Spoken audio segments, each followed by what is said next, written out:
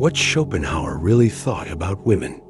Imagine a mind that pierced through the illusions of human desire, yet remained utterly blind to the intellect standing right before it.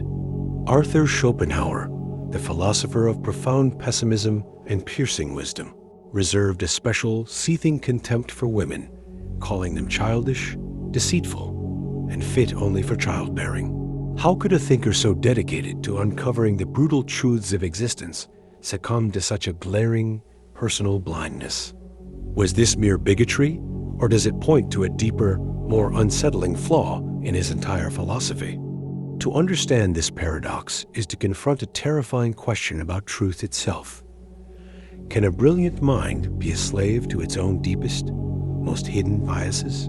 This blindness was not an anomaly, but a symptom of a deeper, hidden problem, the philosopher's own will.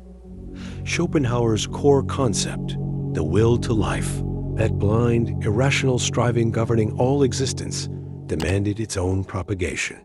He saw women not as individuals, but as the primary instrument of this cosmic trick, the sex that lures humanity into perpetuating its own suffering. His vitriol, then, was a psychological rebellion against the very vessel of biological necessity. He blamed the instrument, not the invisible force wielding it. Was his philosophy, built on transcending desire, ultimately corrupted by his own inability to do so? This reveals a terrifying trap. Even our greatest truths can be prisons built from our personal failures. The unseen consequence of this philosophical failure is a legacy of intellectual justification for misogyny, where profound insight is weaponized to validate shallow prejudice.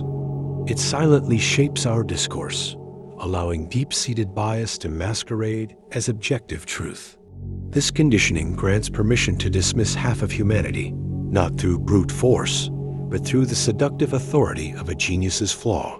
We inherit a world where a thinker's brilliance is used to sanctify his blindness, forcing us to constantly disentangle profound wisdom from poisonous dogma. The real trap is believing we must accept the whole system, unable to critique the parts. The rebellion begins by separating the system from the man. We reclaim Schopenhauer's powerful tools, his piercing analysis of the will, and turn them back upon his own blindness. We see his view not as truth, but as a tragic confession, a revelation of his personal struggle against the very desires he sought to negate. This radical shift in perspective empowers us to critically dissect any ideology, no matter how brilliant its source. We become the philosophers, refusing to be mere disciples.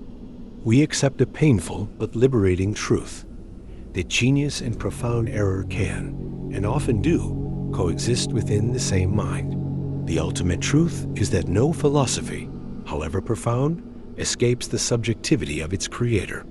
Schopenhauer's work is not a map of reality, but a confessional, a brilliant, flawed, and deeply human document. His failure with women is the key that unlocks this final realization. The greatest wisdom lies not in blindly accepting any doctrine, but in courageously discerning the truth within the error. His legacy, therefore, is not an answer, but the ultimate question. Will you let another's blindness dictate your vision? Or will you dare to see for yourself? One of Schopenhauer's most provocative arguments is that women are not truly capable of genius, a claim that has been widely criticized. He believed that women's creative potential was limited, and that they were largely incapable of producing original and groundbreaking work. This viewpoint not only sparked outrage, but also led to accusations of sexism and misogyny. It's essential to understand that these views were not only reflective of his time, but also an expression of his personal philosophical convictions.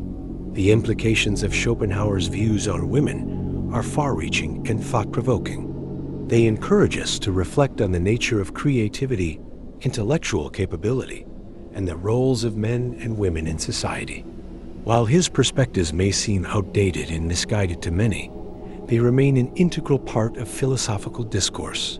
Schopenhauer's viewpoints on women have had a lasting impact on philosophical discussions, inspiring ongoing debates about gender, equality, and human nature. If you're interested in exploring more about Schopenhauer's thoughts and their relevance to contemporary issues, I'd love to hear your thoughts in the comments. Also, consider checking out my video on Machiavelli's secret to flip the power instantly for another philosophical perspective that might intrigue you.